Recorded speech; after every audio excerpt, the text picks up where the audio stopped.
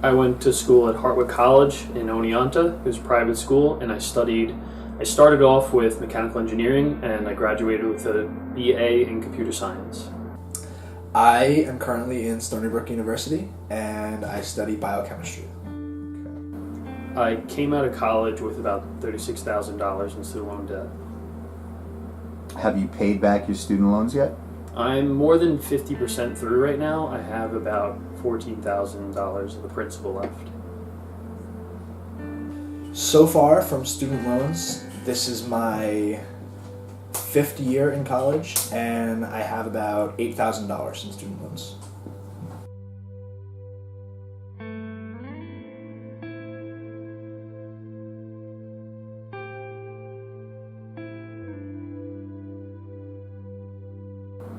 Having to struggle with paying back my student loans has been kind of negative, but through it I found a positive spin on it. It's taught me how to be very financially aware and budget aggressively. Okay.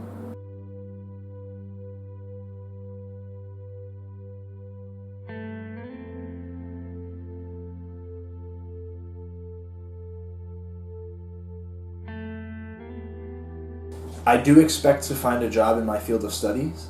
The way I am going to go about getting it is while I am in med school, so after Stony Brook I'm planning on attending med school, and in med school you get linked up with a residency, which is what you do after med school, and that will in turn lead to a job. So as long as I get a good residency, that can lead me to a job in my field. I did find a job that relates directly to my studies. The path that it took to get me to this job is very unique. I was very good friends with a kid that graduated with. He had the same degree as I, and I ended up going to the same exact job interview as he did, and we ended up getting jobs together. It was kind of like a back and forth thing, but we got hired together and been working together ever since. I think that high tuition rates can be a good system if the financial aid provided would help the students pay for it, but I know some students, it's very different for each situation. Like my situation in specific, I have been in college for, like I said, it's my 5th year, and I only have $8,000 worth of debt, and that is because the government has been paying for almost all of my loans. But I do know some people and some friends that have been in college for less than I have and have thousands and thousands, tens of thousands of dollars of debt.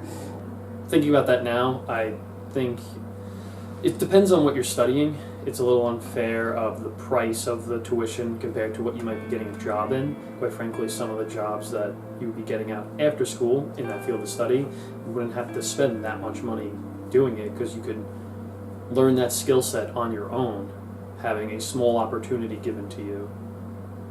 So it really depends on the study.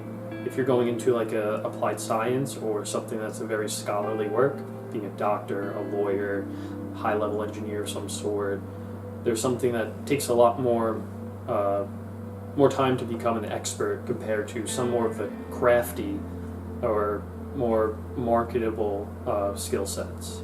Being able to produce a work of art, kind of like a writing piece, kind of sell something, market a type of product. If you're able to do that, that is something that, yes, can be taught, but you actually have to experience doing that action. And that's not something I believe you necessarily have to go to college for.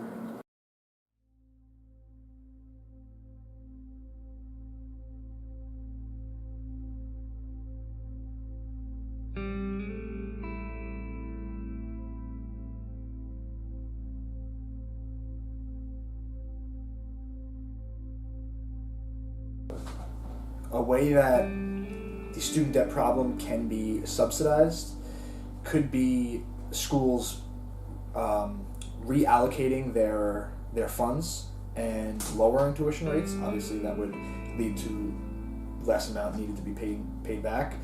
Also, it's really a tough question because if you have low payment plans to make it more affordable to pay back, then you're just paying it back off for their entire life. So it doesn't really solve the problem. Really, the only way to solve the problem would be more either government aid or cheaper schooling. So the only way for that to happen would be for funds to be reallocated. So some other area of school would, like you mentioned, sports. I know that, for example, at Stony Brook, our athletes get treated to the highest. They get unlimited food. They don't have to pay for anything.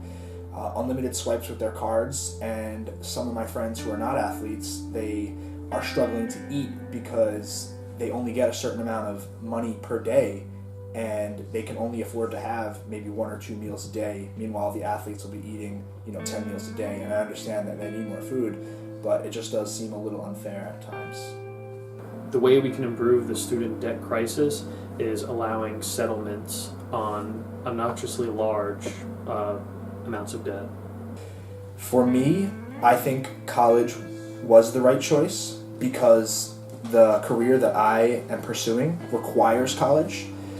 Do I think college is the right choice for everyone? No. I think you need to figure out what you want to do, and if what you want to do requires college, then it would be the right choice. Personally, yes, college was the right choice for me. From where I came from in my family, being raised by a single parent, having 2 other siblings, being the first one to graduate out of my family, and the field that I've gone into technology and engineering, it was very profitable